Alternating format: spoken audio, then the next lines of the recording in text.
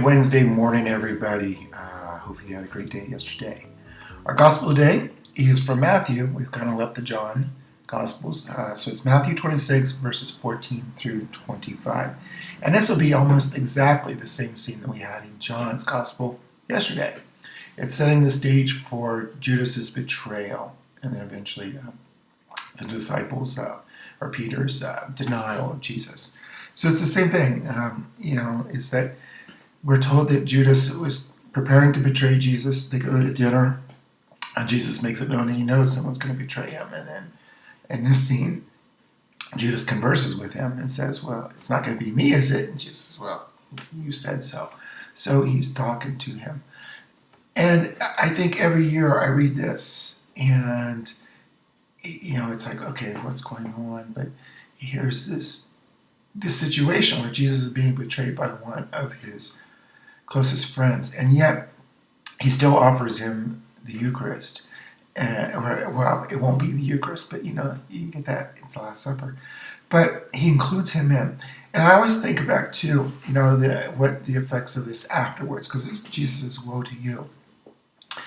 Peter, we know, will also deny Jesus. So both Judas and Peter are acting out of their own ego for different reasons. And so we know the end of the story. We know that Judas takes his own life, and Peter ultimately is redeemed because he's there to be redeemed because he didn't take his life. Would Jesus have forgiven Judas? And I think, yeah, if Judas had stayed alive, and clearly he remorsed, but he went the wrong path in his remorse, his feeling bad, and again took his own life, which is just so sad. And when you think about it, because I'm going to come back to this, I think, over and over again, is, God does not punish humanity for Jesus' crucifixion. God forgave us. That's why Jesus came back from the dead. And all of us, at some point in our life, are going to do something really horrible or bad. We're going to hurt someone that we love really bad. And forgiveness is always there. God says, I will forgive you. When we're sorry for it, is I will forgive you.